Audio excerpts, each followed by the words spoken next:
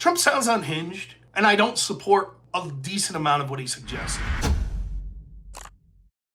Let's talk about Trump and Canada and Greenland and the Panama Canal. Again, keeping in mind, I've been very sick and haven't been looking at nuance on this. And I've just basically heard little sound bites and people's interpretations. Let me give my first gut feeling. Trump sounds unhinged, and I don't support a decent amount of what he suggested. Like, no, Canada shouldn't be a state. Period. End of story. Threatening Canada, which I haven't heard him do really. Maybe he did economically, but I don't think he did militaristically. Is certainly to make them a state is stupid. It's wrong. It's a violation of their sovereignty, and strategically, it'd be a huge disaster for Trump Republicans.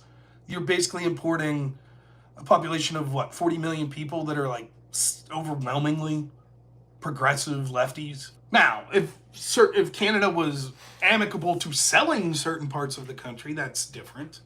But, I don't know how much of that's blown up. We'll talk about all this. Panama is a little different. I haven't looked into this specifically, but there is a lot of concern that if we end up having a geopolitical conflict with China, China is currently meddling in affairs in Panama. So there's potential hostile people that are involved and incompetence going on in the Panama Canal, which would mean that it's going, my understanding is the canal's damn near in a state of disrepair in certain parts, and it's affecting global trade significantly. So maybe some sort of pressure could be exerted. I would hope that there would be fair compensation for Panama for it, but I'm more amicable to that. Same's true of Greenland. Now, I don't know exactly what the geopolitical strategy is. I guess the location of Greenland, I'm assuming there's also resources in the country, but I'm guessing it has more to do with the geography, the location for naval interest, because I know that there's been stories I've read in the past during the Cold War and other times where we've had naval ships patrolling the region because we're worried about Russia, potentially even other adversaries like China, patrolling the area, maybe. But again, there seems to be more to it than just at face value. The Greenland situation's a little different because if the country of Greenland would vote to say, we don't want to be part of Denmark anymore, what's the argument then? Well, it's still Denmark's? Maybe. I'm persuaded by that to a large degree.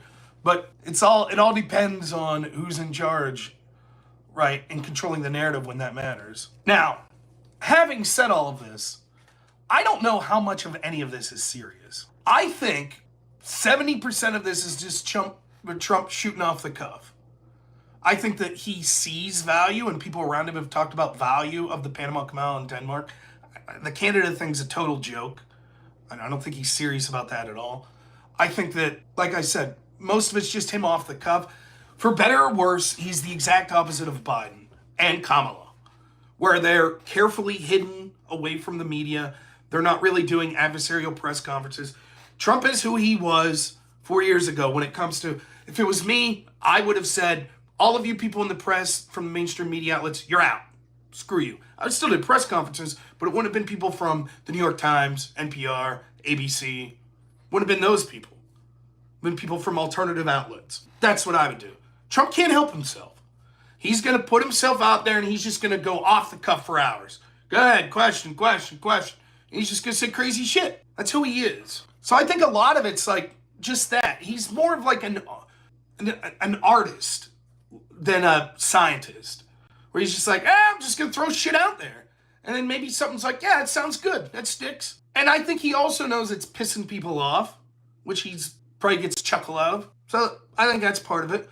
But I do think there's part of it that's grounded in truth, the Denmark and Panama, the Greenland and Panama situation.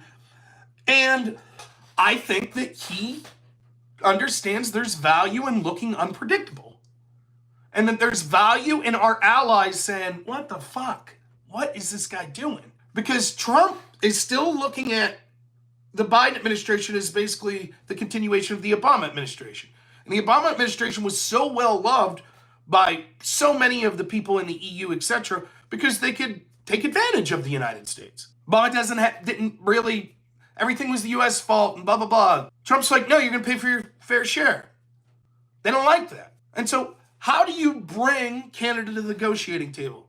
Denmark to the negotiating table, the UK, all of these places. If you have no stick, right, the carrot and stick approach, here's what we could do for you. Here's the carrot.